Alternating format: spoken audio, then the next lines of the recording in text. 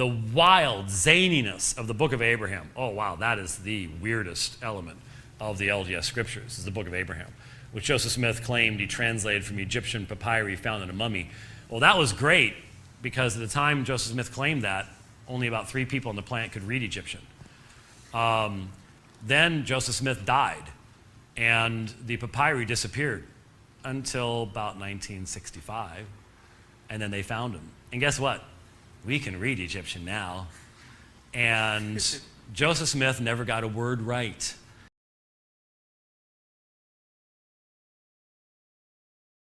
There is certainly much more to be discussed when it comes to the subject of Mormonism, because as I said, with Jehovah's Witnesses, you have a narrow spectrum of doctrines, topics, and beliefs, but you need to know them in depth. With Mormonism, it's a wide spectrum, but not nearly to the same depth. And so what I'm going to present to you today is what I wish I had had. This would have saved me years, quite literally, if I had had this presentation. If I'm going to study a group, I am going to study what they say about themselves. So I was going to the LDS bookstore, buying LDS books. When I studied the Jehovah's Witnesses, I bought all the Jehovah's Witness books. When I started debating Roman Catholics, I obtained all the canons and decrees of the Council of Trent and Vatican II and all the rest of that stuff. And now that my heart is primarily in the study of Islam, my Islamic library grows and grows and grows, and unfortunately that's very expensive. It's a lot cheaper to buy LDS books than it is Muslim books, I assure you. But I feel it's vitally important to know what a group says firsthand, not just what Christians have said that group says, because I've discovered that sometimes, believe it or not, even Christians can be somewhat inaccurate, somewhat biased, maybe even a little bit prejudiced in what they have to say about certain groups. So our first series of quotations, before I get to the graphic, comes from the Achieving a Celestial Marriage Student Manual, copyright 1992 by Corporation of the President of the Church of Jesus Christ of Latter-day Saints. Now, why do I give you all that information? First of all, 1992 wasn't that long ago, no matter how, even if you're young, you were probably still around 20 years ago. It was used for over a decade as the primary manual that couples who were going to be married in the LDS temple had to go through before they could be married in the LDS temple. You had to go through and you had to take this course. Secondly, it's from the church for the church. So this is the Mormons talking to the Mormons. This isn't Christians talking to Mormons. This is Mormons talking to Mormons. And so you can't get much more representational than what the church itself, the president, which is the prophet of the Church of Jesus Christ of Latter-day Saints, this is what they copyrighted. And you'll notice it's pages 4 through 5, which means this wasn't buried in the back of the book someplace. This was the first thing that you were supposed to study as you and your future spouse went through this class in preparation for marriage in the temple. Pages 4 through 5. God was once a man who by obedience advanced to his present state of perfection. Through obedience and celestial marriage, we may progress to the point where we become like God. So this is the first thing it says. God was once a man, and he progressed to his present state of perfection by obedience. And through obedience and celestial marriage, and God himself was married in a temple on another planet, on celestial marriage, we may progress to the point where we become like God. Proclaiming the divine potential within man, John Taylor once wrote, "Knowest thou not that thou art a spark of deity, struck from the fire of his eternal blaze and brought forth in the midst of everlasting burnings?" Elder B.H. Roberts stated, "Man has descended from God. In fact, he is the same race as the gods," plural. "His descent has not been from a lower form of life, but from the highest form of life." In other words, man is, in the most literal sense, a child of God. This is not only true of the spirit of man, but of his body also. Can you see the implications of these two statements as they relate to you and to your eternal destiny? Elder James E. Talmage did. He declared, quote, "In his mortal condition, man is God in embryo. However, any individual, now a mortal being, may attain the rank and sanctity of godship," end quote. Articles of Faith, page 529. Now, by the way, Articles of Faith is a book that I've read, And it is one of a series of books that is normally given as a gift to the young elders before they go on their mission. Now, my experience is they rarely read those books before they go on their mission, but they have them on their shelf someplace when they go on their mission. How is this possible? What course of action will bring this potential to fruition? As you study this lesson, look for the answers to these questions. Then you have points to ponder. Underline, God became God by obedience to law. God became God by obedience to law. Now, if God becomes God by obedience to something, what came first? God or law? Law did. The law existed before God became God. Now, if you're thinking as a monotheist, that doesn't make any sense to you, but you need to realize Mormonism is the most polytheistic religion that I know of all the religions of men. I've had Mormons seriously defend the concept to me that there is an unlimited number of gods in the universe. Says unlimited, infinite number. One of the reasons they did that is I pointed out to them, well, if there's an increasing number of gods today, because every worthy Mormon male feels he can become a god after he dies, if there's an increasing number of gods today, then there's a decreasing number as you go back in time. And if it keeps decreasing, you eventually get to the first God. And according to Mormonism, what was he before he was a God? He was a man. So who created the first man? To get away from that, they say, no, that's not logically accurate, because there's an infinite number of gods. You can never get back to the first one. So it is a polytheistic religion. They prefer the phrase plurality of gods.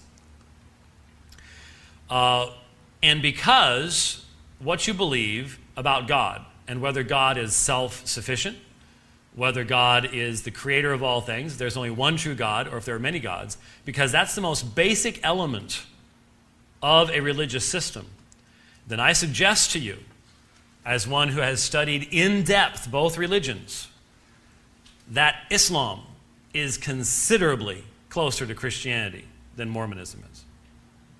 Considerably closer.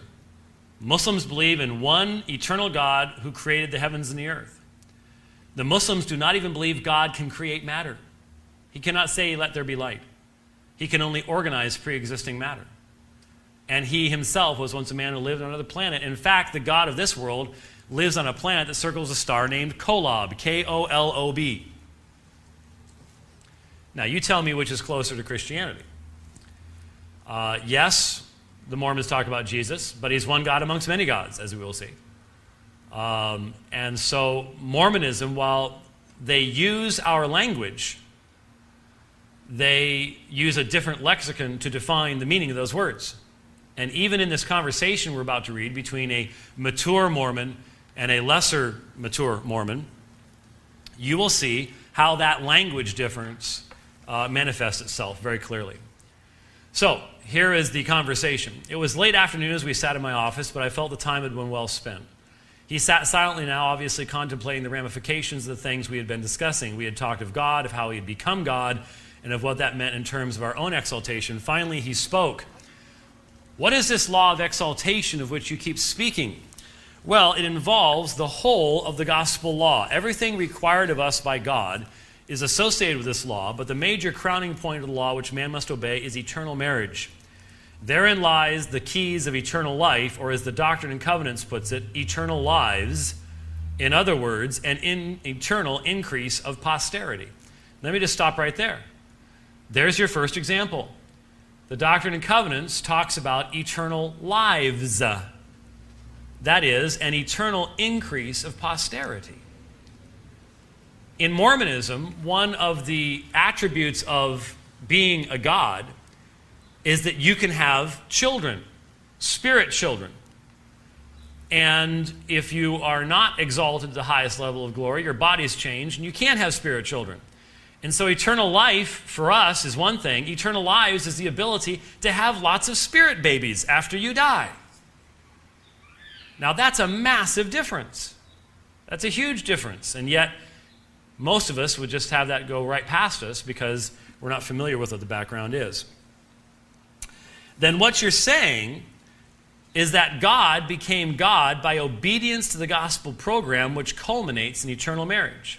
Subpoint. Through obedience to law, we can become like our Father in heaven. Yes, do you realize the implications of this doctrine as far as you are concerned? I think so.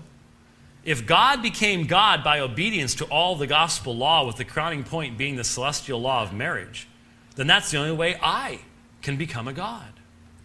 Right. And it is the law that assists us in reaching that potential. It tells us what we must do to gain the ultimate freedom. In fact, it is by obedience to law that we have progressed to our present position.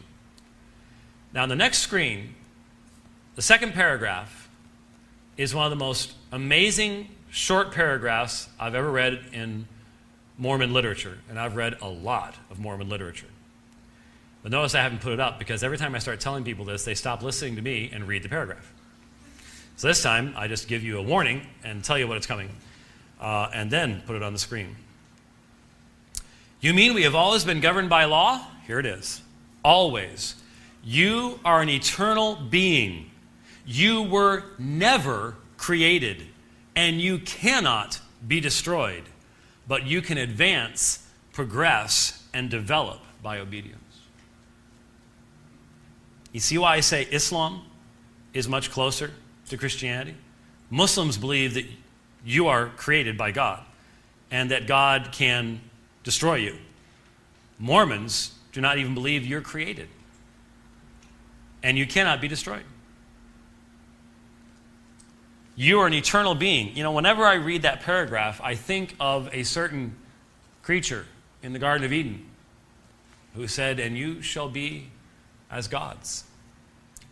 And we have this in Mormonism, where you don't have a God. God himself is an exalted man. You are a God in embryo. We're all the same class of beings, just at different levels of progression. It shares much more in common with the paganism of the old world than it does with Christianity. The next line also proves that this was written by a frustrated English major from BYU. Then Hamlet's question, to be or not to be, is not the question. Oh, that is so corny. That is just, I laugh every time I read it. Right, not in the ultimate sense, at least. Order means law, and that law is the law of the celestial kingdom.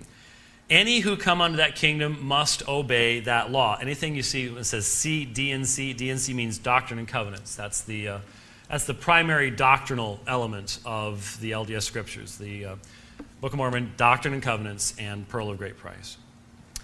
But I thought godhood meant freedom. If I have to do things to become God, am I really free?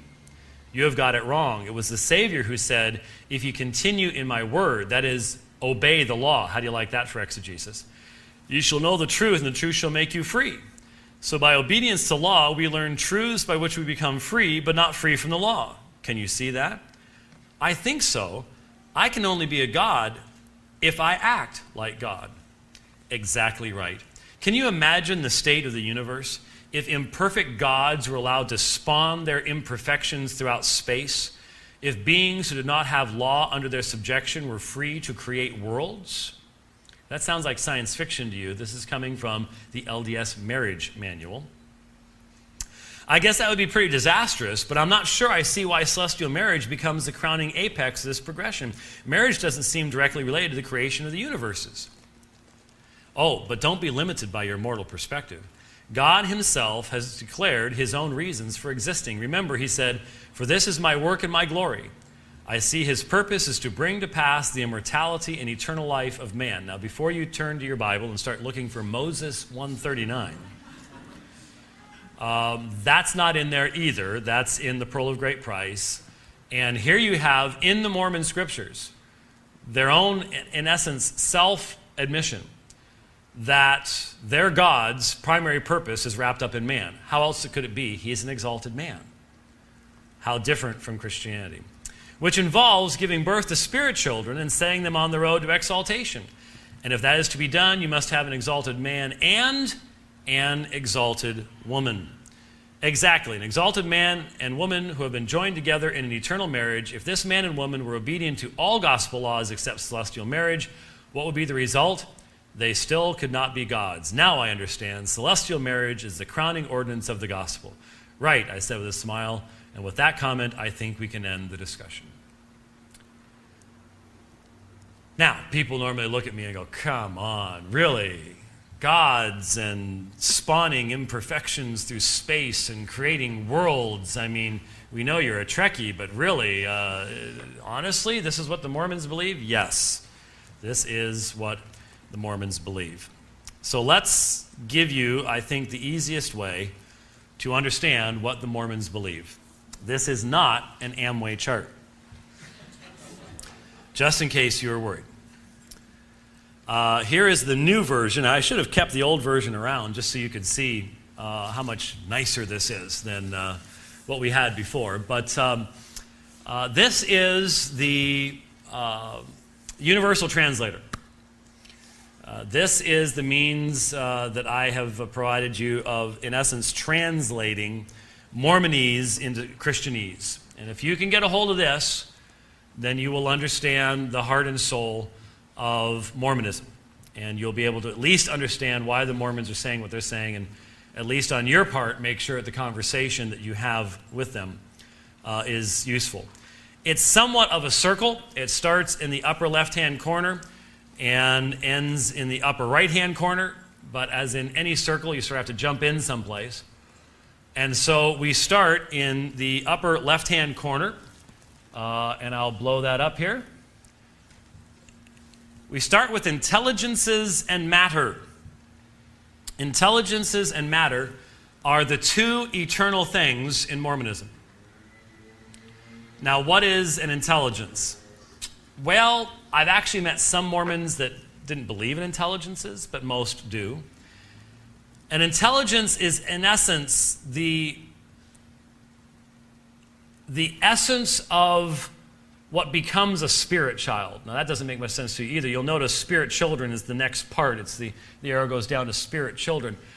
In Mormonism, any sentient being has existed as an intelligence. It's a disembodied, not even spiritual.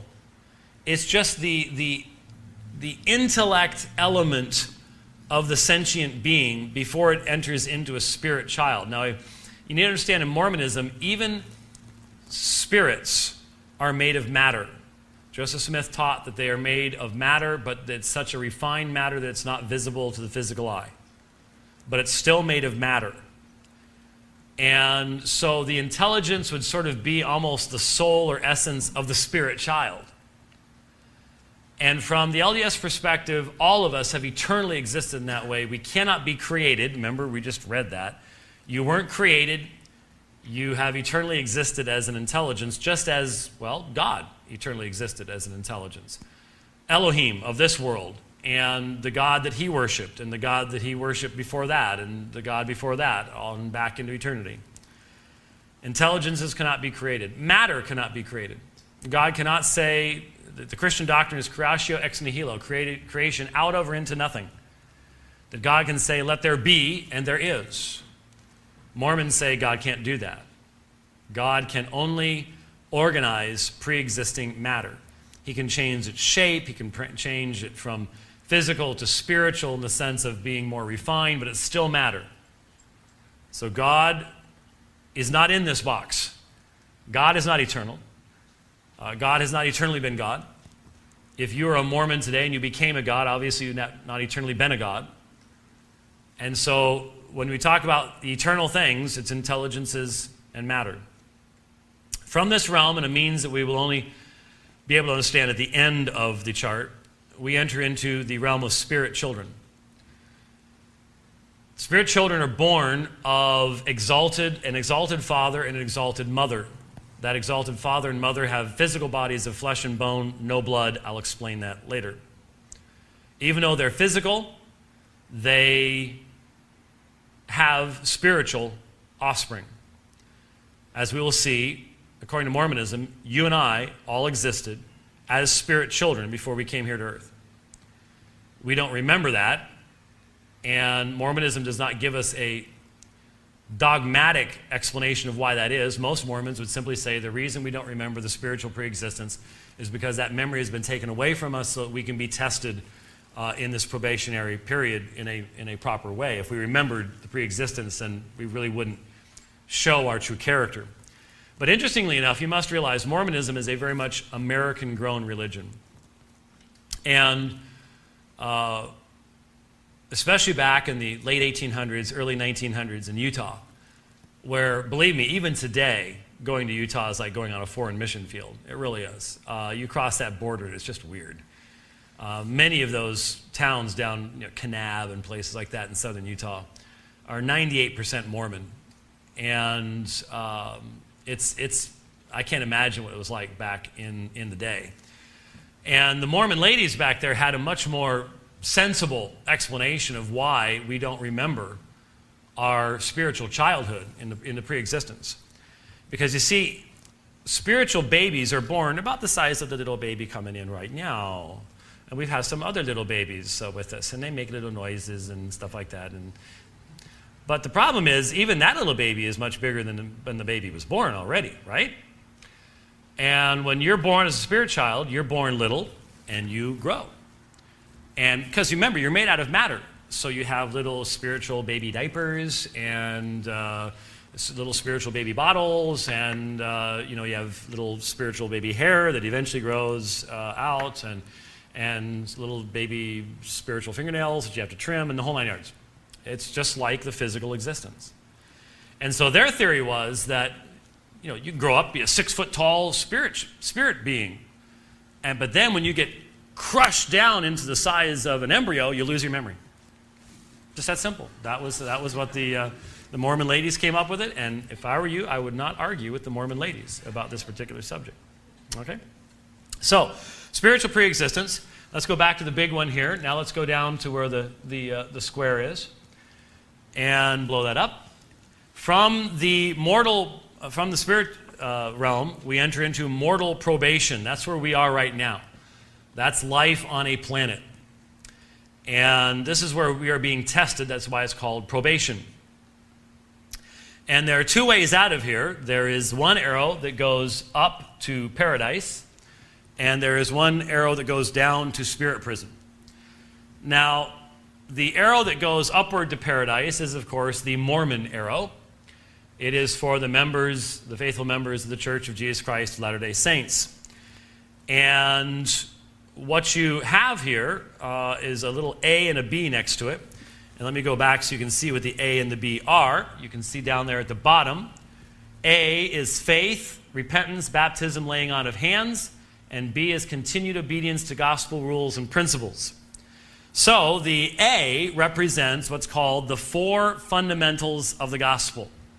The 4 fundamentals of the gospel. Absolutely minimally, to get into celestial glory, you have to have the 4 fundamentals of the gospel. Faith, repentance, baptism, and laying on of hands. Now, the problem here is that what they mean by these words and what we mean by these words, again, have sometimes subtle, sometimes major differences. I don't have the time to go into all the differences in regards to faith and repentance, but there are differences in light of the fact that they don't believe that Adam, for example, fell. They believe he fell upward, that he was placed in the garden specifically to fall, and that he did exactly what God the Father and he had decided was going to happen when he ate of the tree. He was given 2 contradictory commands. One was to be fruitful and multiply.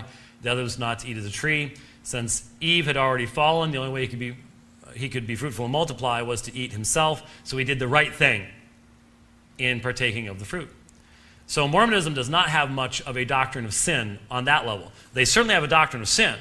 They have a very strong concept of worthiness and moral laws. But their understanding of things like original sin and depravity, completely unbiblical. And so faith and repentance are a little bit different than we would understand them. Baptism has to be done by someone minimally holding the Aaronic priesthood. And the Aaronic priesthood, which was allegedly restored to the earth in 1829 by John the Baptist, was given only to Joseph Smith and is possessed only by the Church of Jesus Christ of Latter-day Saints. So baptism by immersion must be done by someone holding the Aaronic priesthood. And then laying on of hands to receive the Holy Ghost is to be done by someone holding the Melchizedek priesthood, which was restored to earth by Peter, James, and John, and also given to Joseph Smith, and only found in the LDS Church. So, baptism and laying on of hands, only the LDS version thereof is acceptable. Okay? Those are the four fundamentals. Then the B was continued obedience to gospel rules and principles, which in essence we would identify with generally as a works salvation or works righteousness concept. There is a strong push for Mormons to be worthy of entering into the temple, for example, to even enter into the Mormon temple, to receive your priesthoods if you're a male, if you're to be married in the eternal marriage ceremony, if you're to go through the endowment ceremony for somebody else, etc., etc. You have to go through a temple recommend interview with your bishop to see if you're worthy, if you're living the rules of the church. To some point, there are many bishops in the LDS Church who require you to bring your tax forms with you to make sure that you are tithing on the gross and not the net. That's how very stringent these interviews can be. So that's the A and the B. Now, even with that, there are only 14 million Mormons in the world, and so there are 6 billion people in the world, and so that's a small percentage, a very small percentage. And Mormons don't even believe that all Mormons are going to go straight up to paradise. There are many Mormons who are simply going to be unworthy of any and all of that. But even if all 14 million went, that's still a small percentage in comparison. So the vast majority of folks go down from the mortal probation into the spirit prison. And we've got to give the Mormons some credit. They are a missionary people. They do a lot of missions work. They really, really do. And in fact, they are so missions-minded that they don't get to stop going on missions even when they die. Because worthy Mormons will come down from paradise to the spirit prison and proclaim the Mormon gospel in the spirit prison. And I've never really figured out how it is that you could do that and not be very, very successful. If I'm in a prison and somebody comes and says, this is how you get out of the prison, and they can come and go as they wish, why would I not do what they said? But from the Mormon perspective, a lot of people still won't. A lot of people still won't. But there are some who do, and hence the line that goes from spirit prison up to baptism for the dead. Because, remember, what are the four fundamentals of the gospel? Faith, repentance, baptism, and laying on of hands by someone with the proper authority. Well, here's the problem. A spirit can have faith, and a spirit can repent, but it's very tricky to baptize a spirit by immersion in water. Ever tried it? It's very hard. You know, you just keep pushing down and nothing happens, and it's just... And laying on of hands on the head, you know, whoop, whoop, doesn't work. So that's what baptism for the dead is for. Now, you have a temple here, don't you? Where's the Hawaii temple at? Okay, where is that from here? Okay, once again, it was a word with one L and a bunch of vowels, so really helps me a lot, you know. Is it on this island? Okay, so it's on this island. Did anybody here happen to tour it before it opened? Because they normally have an open house. You can tour it. You didn't get a chance to do that? That's a shame. It's very interesting to do. I finally got a chance to do that in the opening of the Manhattan Temple. So you have a temple here. The temple is very different from the ward chapels or stake centers you might see in your neighborhoods. Only worthy Mormons are allowed into the temple once it has been dedicated. And if you were to go over to, did you say La'ea? La'ea. La'ea, La'ea. Oh, man. I thought Arabic was bad. Abdullah ibn Masud. Say that 3 times fast. Ha! See? I'm starting to feel dumb because I can't say these Hawaiian words. But anyways, if you went over to that place that starts with an L and... on a weeknight, other than Monday night, and you were just park outside and watch, you would see people coming in, and they'd be carrying these little bags with them. And they're going in either to be baptized to the dead or to go through the endowment ceremony for the dead. Or maybe for themselves, but generally they're doing it for the dead. And what they'll do is they will have done their genealogy work. If you've ever looked up your own genealogy, if you've gone on Ancestry.com or something, it's Mormon. The Mormons bought everybody else's genealogical libraries a long time ago. If you want to know anything about your ancestors, you got to go to the Mormons. It's just the way it is. And so they've done their genealogy work, and they will come in with as many as 50 names. It's all done electronically now. It's all done digitally now. It used to be you had them all written out and stuff, but now it's all done electronically. And these names are put into the system, and they're put on a card. You bring the card in. Now I remembered the graphic that I was going to grab and stick in here. All right. There's the baptismal font in the Washington Temple, and you will notice that it is built on the back of 12 oxen.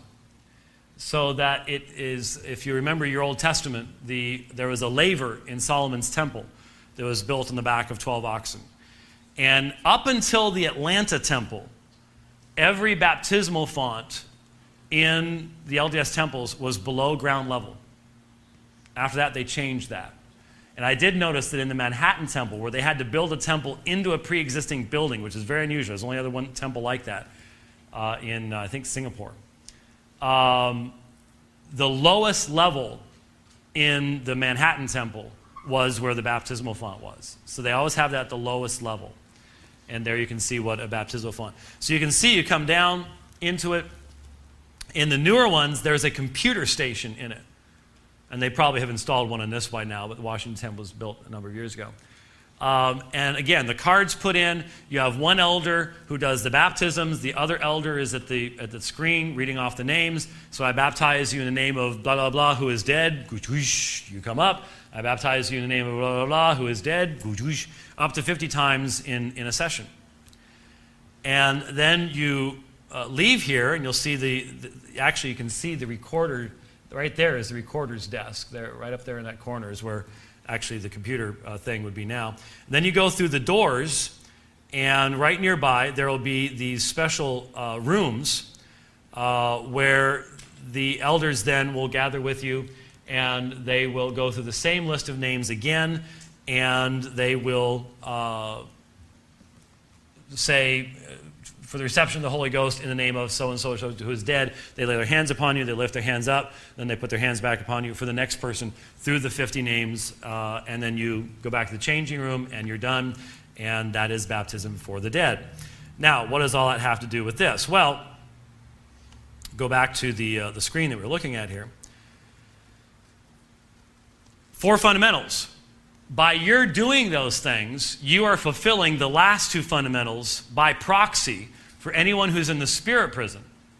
So if the person in the spirit prison hears the gospel from the faithful Mormon missionaries that come down and proclaim it, they repent, they have faith, and then back on earth, you are baptized in their name, and you have hands laid upon your head for the reception of the Holy Spirit. Now you can get out of the spirit prison via baptism for the dead and go up to paradise.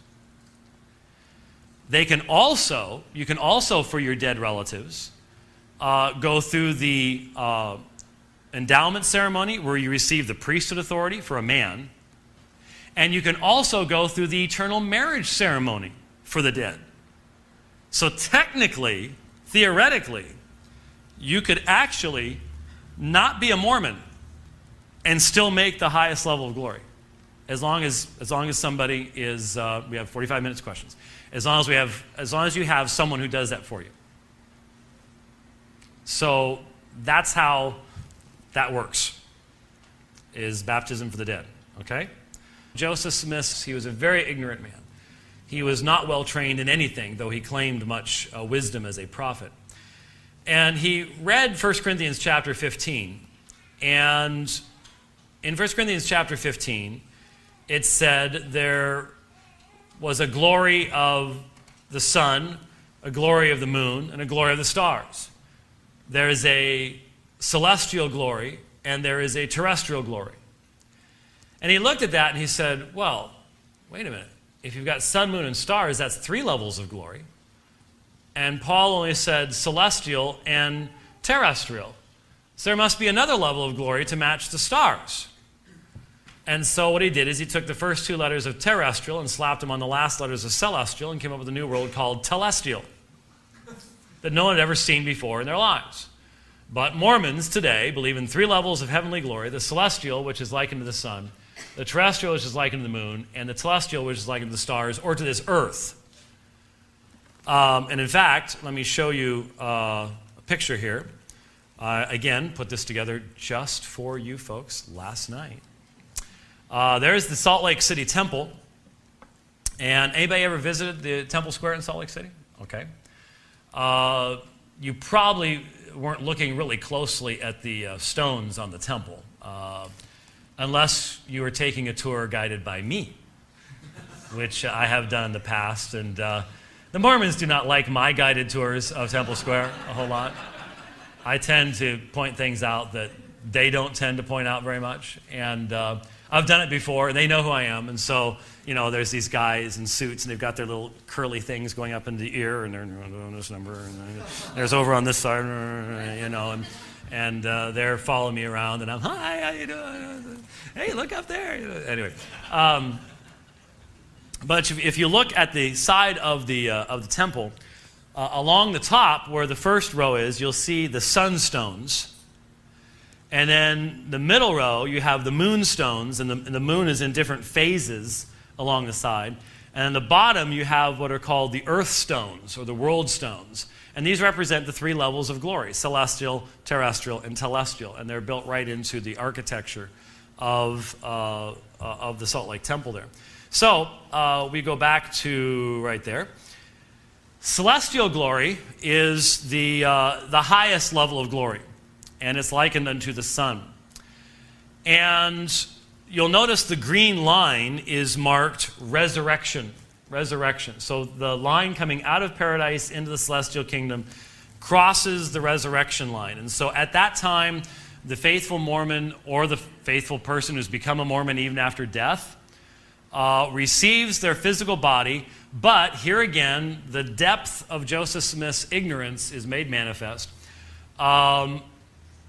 Because Paul said in 1 Corinthians that flesh and blood will not inherit the kingdom of heaven, Joseph Smith taught that the resurrection body has no blood. It's flesh and bone. So flesh and bone, no blood. Completely missing Paul's entire point, but that's what Joseph Smith did over and over again, and now there's an entire religion that thinks that that's how you should interpret the Bible, which is why Mormonism has never produced a meaningful exegetical commentary of any book of the Bible, because it can't. It is so far removed from the biblical worldview and the biblical text itself. So, the person is resurrected, the body of flesh and bone, no blood, and if a Mormon man has been faithful in receiving the temple endowments, receiving his priesthood authority, being married in the temple to his wife right now, but that's only a temporary thing. If you want to see a Mormon defend polygamy, you can go ahead and ask them about it. They do believe it's right there in section 132 of the Doctrine and Covenants. It's just currently on hiatus. But of course, a Mormon man can be sealed to many women after his death. Joseph Smith was sealed to at least 80 some odd women after his death. These women will be your wives in the afterlife. You bring forth your wife by the power of your priesthood. Ladies, you have no priesthood, and therefore you are dependent upon your husband's priesthood for resurrection, which is a good reason to be obedient to him. Think about the worthiness issues there. And you organize a planet. You don't create a planet. You organize a planet, and you start procreating. Remember, what was one of the powers of God? The powers of God are 2: the priesthood and procreation. Priesthood and procreation. And so you begin having spirit children. You have natural carnal relationships in a body of flesh and bone with your wives, and they become pregnant. And yet, for some reason, once you're resurrected, the children you have are spiritual. And I'm not sure what a spiritual pregnancy would be like. But the offspring are spiritual. But there's a gestation period, the whole 9 yards. And the woman, ladies, if you're really thinking possibly about Mormonism might be something you might want to look into, keep in mind that in essence what you'd be choosing is an eternity of never seeing your toes again.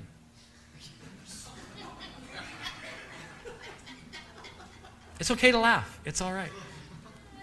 I'm serious. The woman's role is to have offspring. That's what she does.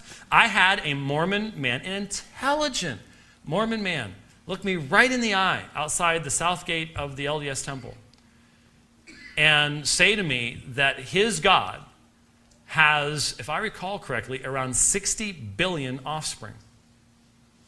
That's why Mormons have large families, because they believe it is their duty to provide as many physical bodies for their brothers and sisters who are in the spiritual pre-existence waiting to get a physical body. That's why you have large families. When I started teaching a class on Mormonism at the large Southern Baptist church that I was a member of at the time, my wife and I went, and I wish she was here for this because I'd like to see her face when I tell the story, but we went to Glendale 6th Ward the first Sunday of the month, just because I wanted to visit a Mormon church and see what it was like. And the first Sunday of the month is called Fasting and Testimony Sunday in Mormonism. And what you do is you, time during the service, they say if anyone has a testimony that they'd like to give of the gospel, now's the time to do so. And the bishop sits down, and we're sitting there, and nobody's getting up. And I sort of look over at Kelly, and she looks over at me and goes, "Don't you dare." One of those wifely things. We'd only been married for like 6 months at this point, but even then, you know what the wifely thing is, you know. And I didn't that month. Instead, the plot was hatched. And the next month, she came back with me, along with Mike and Linda Beliveau. The 4 of us were the founders of Alpha New Ministries, and one other person. So there were 5 of us. And I had memorized a bunch of verses about justification by faith. And so when they said it was open, I didn't just jump up immediately. I waited. Somebody else had gotten up and had given a little testimony. So I get up, and I go down, and right as I got up, somebody got up on the other side, and they beat me to the front. So I had to sit down next to the bishop. And I'm waiting. I'm just sort of, and the person gets done, so I get up. Now, in the Mormon church, they don't have even a crying room.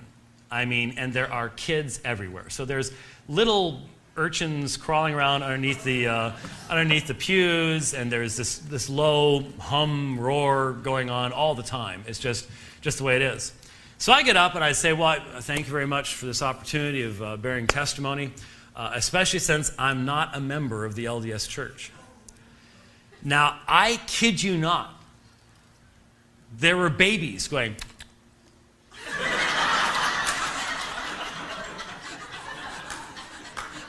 I mean,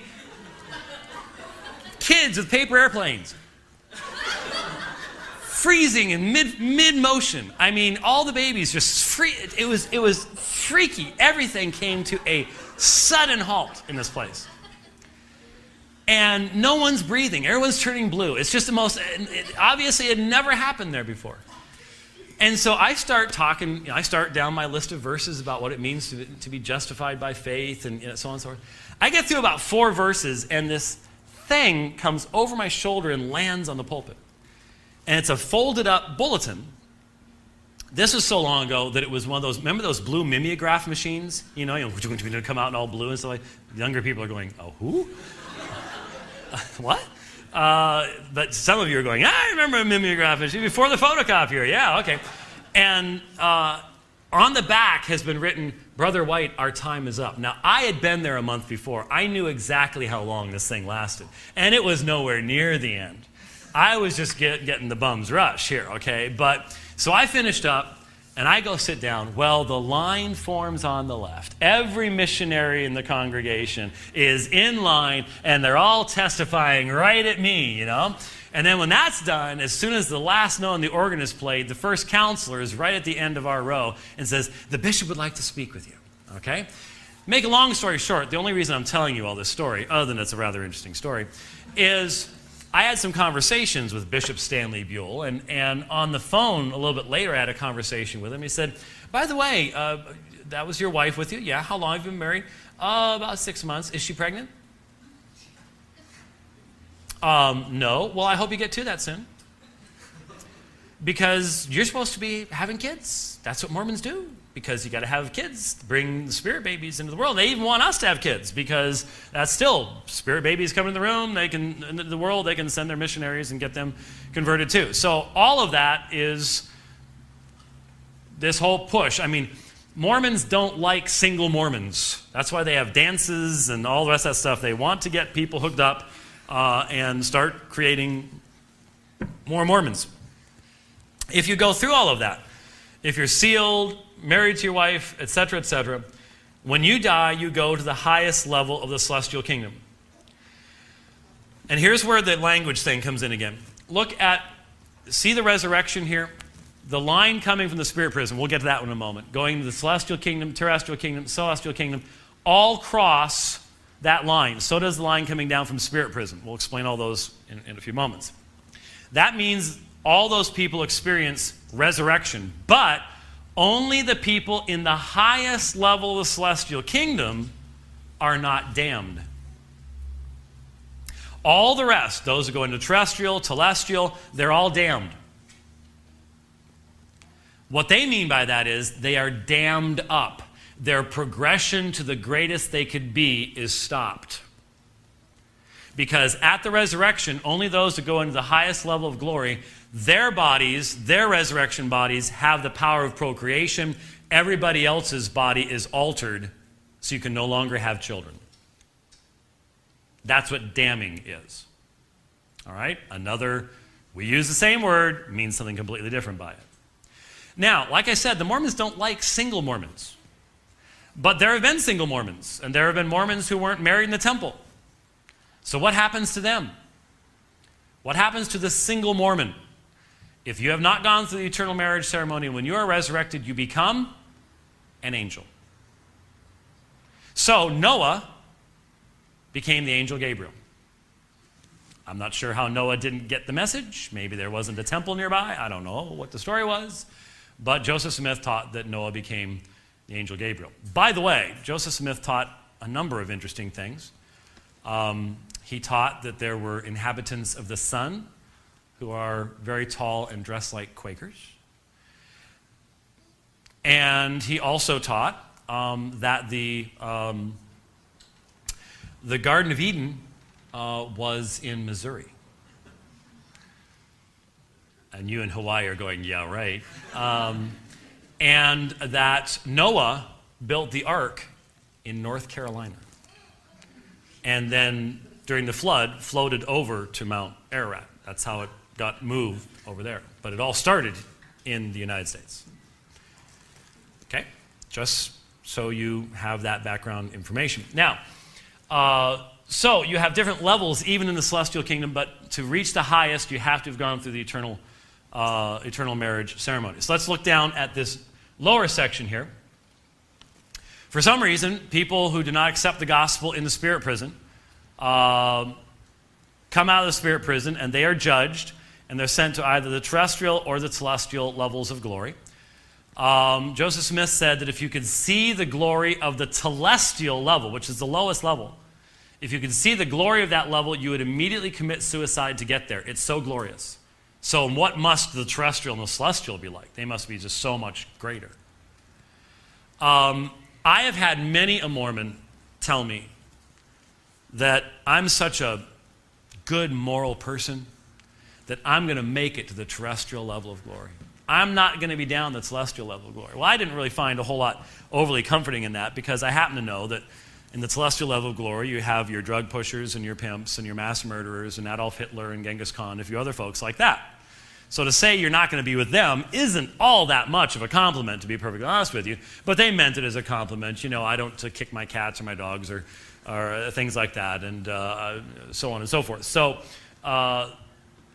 interestingly enough, though, once very early on in my time witnessing the Mormons, my friend Mike Belleville and I had gone up to Salt Lake City, and we were tracting outside the members' entrance of the temple. Actually, it was the members' exit as well. And so they'd come out, and they'd turn, they'd see like Mike over there with tracts, and then they turn, and I'm over there with tracts, there's no place to go, and they're like, and they have to walk past us. And so we'd be passing out tracts. And it was a warm day, it was in May of, I think, 1984, if I recall correctly. And may have been 83. I decided I needed a drink. We hadn't brought up bottles of water or anything like that. So there was a Howard Johnson's over across West Temple. So as I was crossing the street on North Temple and West Temple in Salt Lake City, there's this sort of curmudgeonly old Mormon guy with his bag, and he's walking along. And so I decided as I'm walking along to hand him a tract. And he takes a tract, and the Mormons have this genetic thing where they automatically flip it over to the back side to see who wrote it. And, well, it wasn't the Mormon church, I can guarantee you that. And he just looks at me and he goes, "Go to hell." And I looked at him and smiled and said, "Sir, according to your theology, I can't." And he was so frustrated because he knew I was right.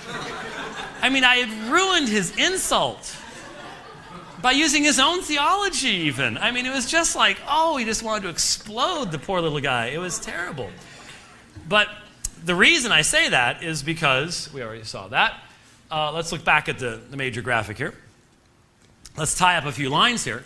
There is a hell down there. It's nice and bright and easy to see. Made it sort of the color of fire.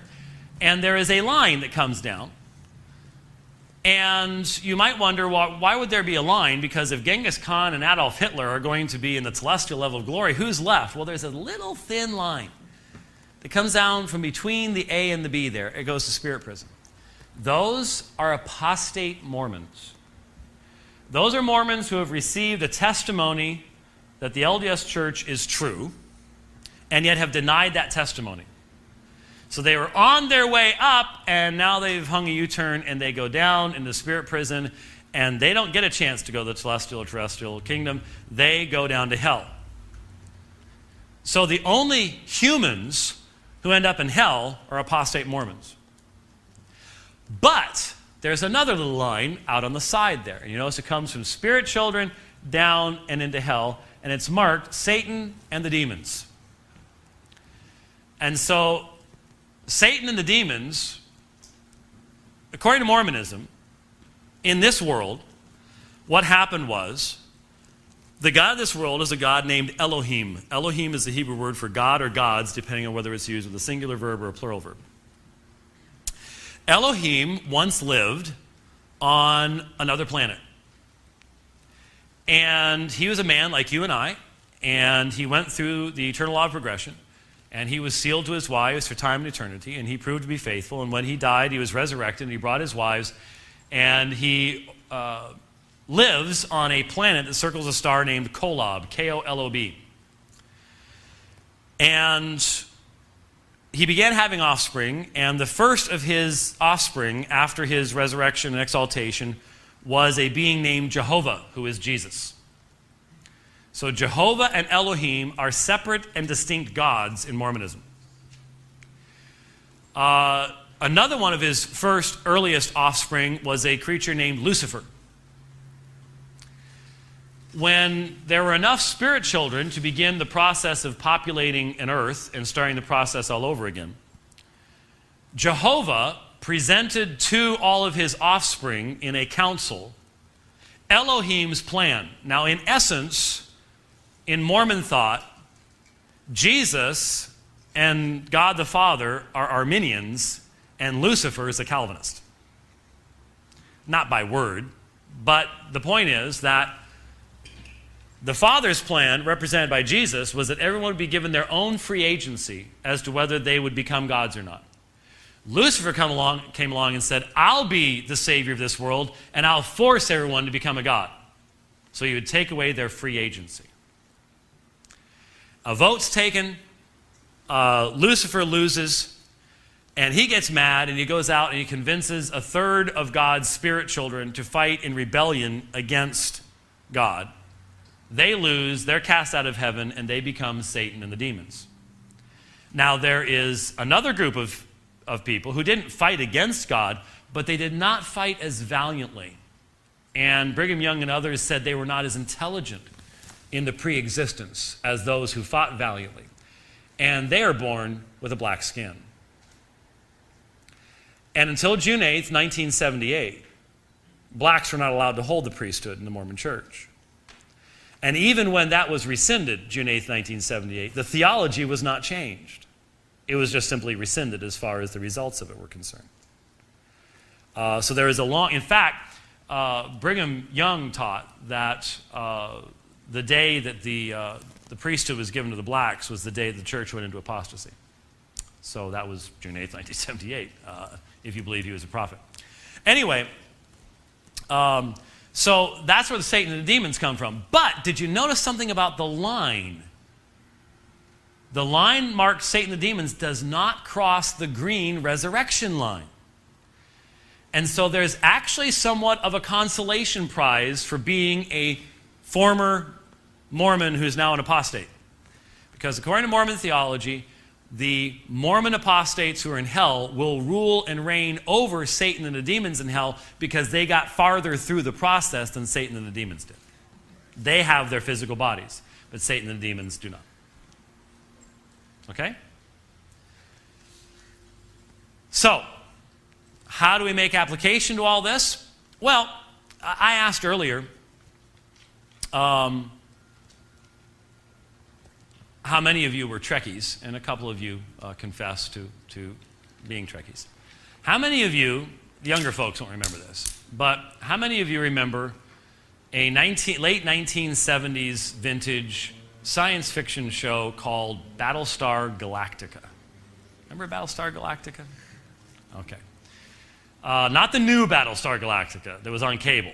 That's different. But this was fun stuff back in the 70s where you didn't have CGI, and so you had actors in really funky-looking robot suits who were called Cylons. Remember the Cylons? And they sort of walk along, and they had these eyes, you know. And they're wiping out the human race, and they've destroyed all but a few of the humans' battle stars, which are these fighting spaceships. Sort of look like the Enterprise, but upside down. And so the humans are trying to find their home world and survive the Cylons, and sounds like just fun science fiction. But if you remember it at all, you remember that the humans were led by, remember who they were led by? Yeah, Lorne Greene, I know, but he sold Alpo. Adama. And Adama ruled over the Council of the 12. And Adama and the Council of the 12, Adama had a son. His first born son's called Apollo. He was a dashing young actor, you know. And once Apollo and his sidekick Starbuck, which obviously was back before they could have been sued for using that name, Apollo and Starbuck and some others are captured by these glowing creatures. And these creatures say to them, as you are, we once were. And as we are, you may become. And I remember my uncle Don was watching this TV show. And I thought my Uncle Don had lost his mind because he began quoting scripture verses to the television set. Before me there is no God formed, and there shall be none after me. And I'm like, oh boy, he's lost it. Oh, brother. But my Uncle Don was smarter than me. The humans were looking for their homeworld. Remember what their homeworld was called? Anybody remember? It was Kobol. K-O-B-O-L. And the fifth president of the LDS Church said, as man is, God once was. And as God is, man may become. Every one of the original authors of Battlestar Galactica were returned LDS missionaries. Every one of them. Didn't know that, did you? I look back at it now. I bought it all on iTunes. And it's just everywhere. The marriage ceremonies, everything straight out of Mormonism. And we didn't even I don't think my Uncle Don knew Mormonism well enough to know that, but he caught something. He said there's something wrong here. He sensed something. And it was fascinating. So the LDS idea is that God the Father lives on a planet, circles a star named Kolob. This is in the book of Abraham in the LDS scriptures. His firstborn spirit child is Jesus. Jesus is not virgin born. They will say that Mary was a virgin at the time of conception, not birth. But the consistent teaching of the LDS Church has been that God the Father in a physical body begat the body of Jesus with Mary. Now, given that Mary is one of his spirit daughters, that causes issues. But that's why Jesus had the ability to take his life back, because he had an immortal Father. And I'll never forget, I was staying at the West Temple in Salt Lake City, West Gate. Temple Square has 3 gates that were open back then. Now they've put a sort of southeast gate you can go in and out, but the actual east gate is welded shut because only Jesus is going to open that when he returns. But anyway, you had the north gate, south gate, and the west gate. I happened to be at the west gate at that particular point in time. And people would come across the road, and I had learned from a friend of mine named Wally Tope, who, by the way, was the last person to die in the LA riots years and years ago. He was beaten into a coma, died 18 months later. He had rather unwisely decided to go out and pass out tracts to the people who were looting stores. And anyway, he had taught me how to pass out tracts. And so I knew that you didn't just stand there and go like this. That doesn't get much done. You needed to walk with somebody, have a line or something like that. So this guy's coming across, and so I step out to meet him, and then I'm moving backwards with him toward the gate. So he has time to see the tract. I have time to say something to him. He takes the tract, and you can sort of see his shoulders go down. He stops. He's literally standing in the gate. He looks at it. He turns around. He looks at me, and he says, "You know what's wrong with you?" Now, I've had that one a few times. There's been a long list of things that came after this, so I'm just sort of standing there waiting. He says, "You know what's wrong with you? You think sex is dirty." Now, that one I had not heard before. Okay, that one was I was left going, there are a few times I'm left without words. I was left without words. I'm like, eh? He says, "You think sex is dirty. You don't think God the Father could have had sex with the Virgin Mary to create the body of Jesus, and that's why you're wrong, and this is the true church. Goodbye." Hands it back to me. Right in he goes. And I'm going, wow. I'm glad he I knew what the doctrine was. And the consistent teaching of the LDS Church is that God the Father was, for at least a moment, legally married to one of his own daughters to create the body of Jesus. Now, they'll say they believe in the virgin birth because Mary was a virgin at the time of the conception. That's not a miracle. It happens.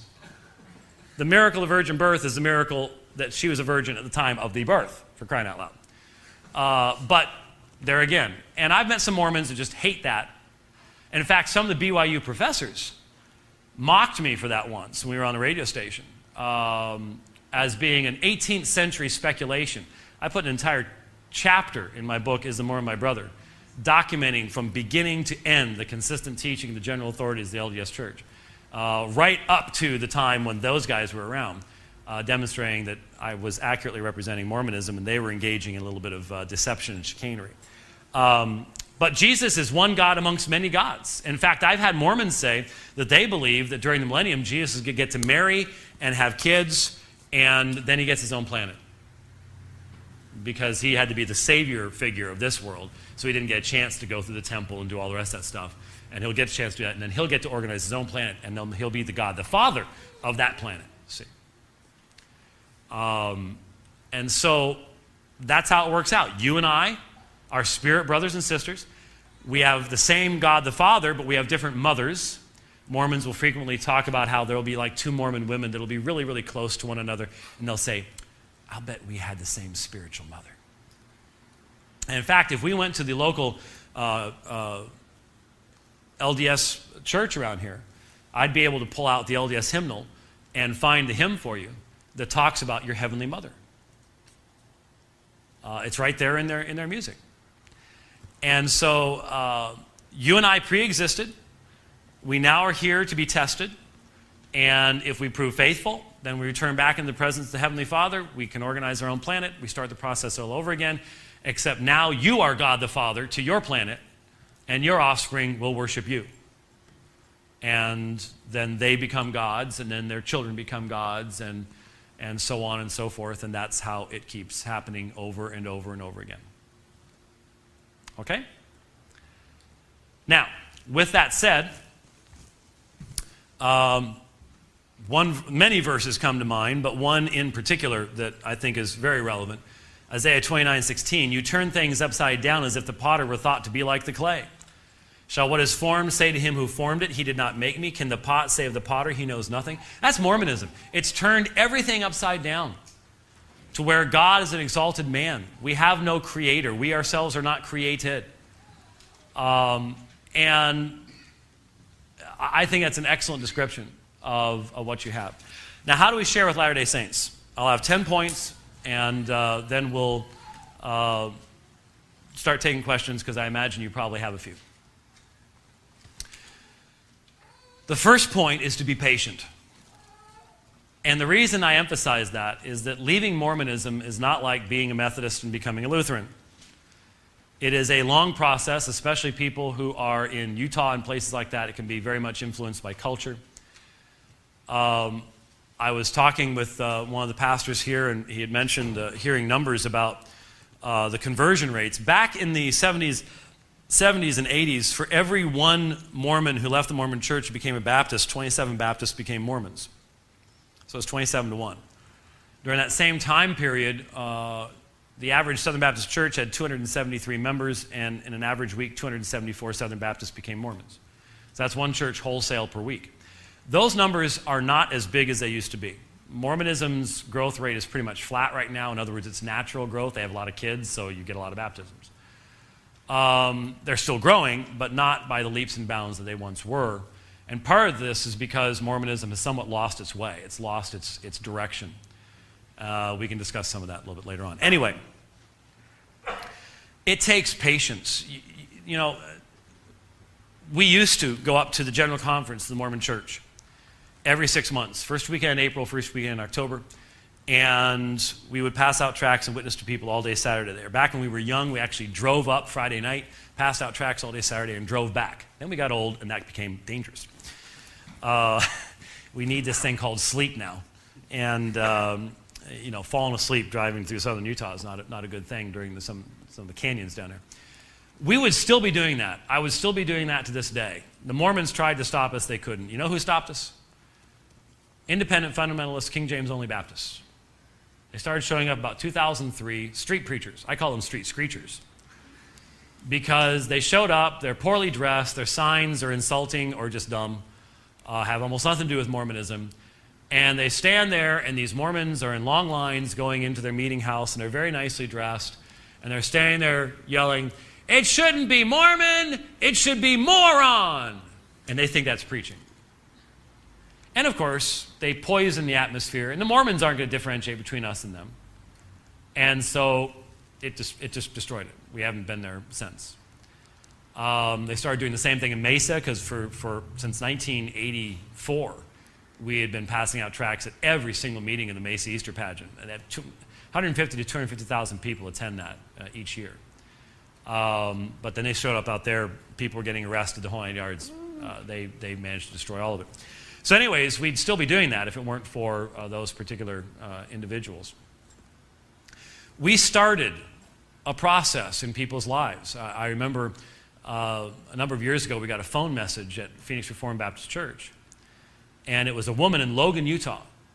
And she was calling, and she said, "A decade ago, my husband attended General Conference, and someone gave him a blue book called God's Sovereign Grace. I have read that book. I believe what that book says, but I can't find anybody else who does. Could you please help me?" I don't know how that happened. My little book on God's Sovereign Grace is my defense of Reformed theology. I don't even know why I would have had one in Salt Lake City. Evidently, I had one in one of my bags. I had given out all my letters to a Mormon elder or something. One of the couple of books I've written on Mormonism, and maybe the conversation turned that way. I don't know. I don't know how it happened, but I passed out a copy of this book, and here's this guy's wife, 10 years later, calling and saying, I've read this book, but I can't find anyone who believes this. Thankfully, I've been doing debates up in Salt Lake City with the folks who were arranging them were from the Orthodox Presbyterian Church in Salt Lake. And so I called them up, and they actually started sending someone. Logan is not a suburb of Salt Lake. They began sending someone all the way out to Logan to get this woman and to drive her in for services. And the result of that was eventually the founding of a church in Logan and the conversion of the rest of her family. And now there's a church in Logan, Utah. 10 years, a book distributed, doing outreach in Salt Lake City. People have the idea that evangelism is you hand somebody the 4 spiritual laws and boom, they're going to get saved right there. If you think that works with Mormons, the 4 spiritual laws isn't even designed to communicate with them. It's like shooting a .22 at a tank. It just bounces off. It doesn't overcome the language barrier in any way, shape, or form. And so you've got to be patient. You've got to be aware of the language barrier. And you've got to be sensitive to the individual's experience and beliefs. BYU is one of the primary influences, believe it or not, in liberalizing Mormonism today, because they have so much interaction with other viewpoints and traditions. They're having a major impact. And so, for example, back when I first started studying Mormonism, I could argue with little kids, and they would know what they believed. Now I can talk to Mormons, and they're clueless. I mean, they've gone from 3 million to 14 million during that time period. They didn't do a really good job in educating the people as those numbers increased. And so Mormonism is changing, and there's going to be a wider variety of perspectives. Back in the old day, Mormon Doctrine by Bruce R. McConkie, everybody read that and respected that. Now I'll find Mormons who disrespect it. So you do need to hear what they're saying and find out if they're really coming from that perspective. Focus upon the central truths of faith. There is only one God who can save. Jesus Christ is our Creator, the all-sufficient Savior. And salvation is God's gracious gift. Who God is, what salvation is, who Christ is, and what salvation is. Those are your goals, where you're trying to get. And once again, just as with the Jehovah's Witnesses, if you don't have a goal when you start the conversation, you ain't going to get to it. You need to have an idea of where you're going and how you're going to get there. And therefore, when other subjects come up during the conversation, you can look at them as just being mere off-ramps, and you're always trying to get back on. Once you get off, okay, I have to deal with Joseph Smith, the Book of Mormon, but I'm going to find a way to get back on and get to my ultimate goal. Don't argue about polygamy with Mormons. It's not going to get you anywhere. It's a dead-end street. And as I said before, if you are going to say anything about Joseph Smith being a false prophet, be ready to back it up. I mean, put yourself in their position. If you're sitting at, what's the name of the mall? Moana? Whatever it is? Okay. I was close. You're sitting in the food court, and you've got your Bible out. And some guy walks up to you and says, is that a Bible? Yeah. You a Christian? Yeah. Well, you're in a cult. Really? Ever read the Bible? No, but my brother-in-law showed me a video once. Now, how much credibility does that person have in your mind right now? None. Zero. Nada. We walk up to the Mormon. Oh, you're a Mormon? You're in a cult. Ever read the Book of Mormon? No, but I saw a movie at church about you once. How much credibility do we have in their eyes? None. And yet that's what we do, isn't it? So if you're going to say something about Joseph Smith being a false prophet, then be ready to say, well, for example, in section 114, he prophesied that David W. Whitmer, and in company with 11 other people, including himself, was going to go on a mission the next spring. David W. Whitmer died that October. The other 11 people didn't die, and so it's a false prophecy, and here's the reference to the documentary history of the church. But most people haven't done that reading and can't do that. So if you're going to, make sure you've got the material there. Make sure you can back up what you're saying, or your credibility will be shot. So stay on the important central truths of faith. If I never had to talk about Joseph Smith again, my life would be complete. But sometimes I have to address the first vision of Joseph Smith, or the frauds of the Book of Mormon, or false prophecies, or contradictions in the Doctrine and Covenants, or the wild zaniness of the Book of Abraham. Oh, wow, that is the weirdest element of the LDS Scriptures is the Book of Abraham, which Joseph Smith claimed he translated from Egyptian papyri found in a mummy. Well, that was great, because at the time Joseph Smith claimed that, only about 3 people on the planet could read Egyptian. Then Joseph Smith died, and the papyri disappeared until about 1965, and then they found them. And guess what? We can read Egyptian now. And Joseph Smith never got a word right. I mean, he took the word for moon and translated it into like 76 English words. I mean, he just never, he did take the definite article the, and the was in his translation amongst about 46 other words. But, I suppose we should give him credit for that. But, I mean, there's just so much stuff. You can deal with that kind of stuff, but you got to have the background. You got to have the documentation. You have to have it either on your iPad, your iPhone, your Droid, whatever, to show people. I used to carry around a notebook that was this thick, just filled with photocopies. We called it the Mormon Missionary Masher. And it was just had everything in it. Now you could put all that onto a jump drive, and it doesn't look nearly as impressive and doesn't help you do curls and stuff like that. But it's you can do that. Make sure that you can back up what you're saying. Be prepared to share why you accept the Bible as the perfect authoritative Word of God. Why? Because of the 8th article of faith of the Mormon Church, which says we accept the Bible to be the Word of God as far as it is translated correctly. What does that mean to a Mormon? Depends on the Mormon you're talking to. I talked to a Mormon woman once outside the Arby's that used to be at the corner near the Mesa Temple. I went through a bunch of verses, Isaiah 43:10, 44:6 and 8, 45:5-6, that talk about the fact there's only one true God. And she didn't say anything. And I said, well, what do you think? She said, they're all mistranslated. Really, do you read Hebrew? Nope. I read 8 books that deal with it. Nope. Then how do you know they're mistranslated? Because they disagree with what the church teaches. Now there's someone who, you can see what their ultimate authority is. You'll find a whole range of infection amongst Mormons. I mean, the Book of Mormon says that many plain and precious truths have been removed from the Bible. And the 8th article of faith says we accept the Book of Mormon to be the Word of God. It doesn't put unless it's not translated correctly, it's considered to be perfect. It's only the Bible that, as far as it is translated correctly, is added in. So the first people that I had to deal with attacking the sufficiency of the Bible were the Mormons, not atheists. Avoid side issues that lead to blind alleys, as I said, polygamy, things like that. If pre-existing belief in Joseph Smith and the LDS Church stands in the way, make sure you can back up any statements you make when dealing with Smith and the church. I guess I already covered that. Don't get in over your head. Utilize support systems. Make sure the elders know what you're doing. If you're going off to witness to Mormons someplace or something along those lines, don't jump on your white horse and try to save the world. Share positive, challenging Christian literature. Don't just give them books against Mormonism. Give them good books on the nature of God. I gave a Mormon in Salt Lake once R.C. Sproul's book on the attributes of God. Found out later he used it in his ward chapel meetings. Great, do it. I'm not sure how you could put the two together, but hey, why not? And number 10, live the Christian life not just in being kind and compassionate, but in living a holy, godly life, not because you have to, but because you love God and wish to bring Him glory. In other words, the Book of Mormon says there are saved 2 churches, the Church of the Lamb, the Church of the Devil. I'll let you guess which one is the Church of the Lamb, and that leaves us with the Church of the Devil. And so if you live a Christian life, are a walking, talking contradiction to the teachings of the LDS Church.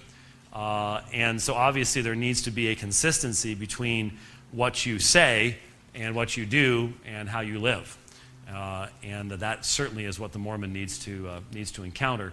They don't need to encounter the slam door or the insult or anything along those lines. Okay? Are we clear on there? All right. How about we do this? We've taken a lot of breaks. Why don't we do questions now and try to wrap things up?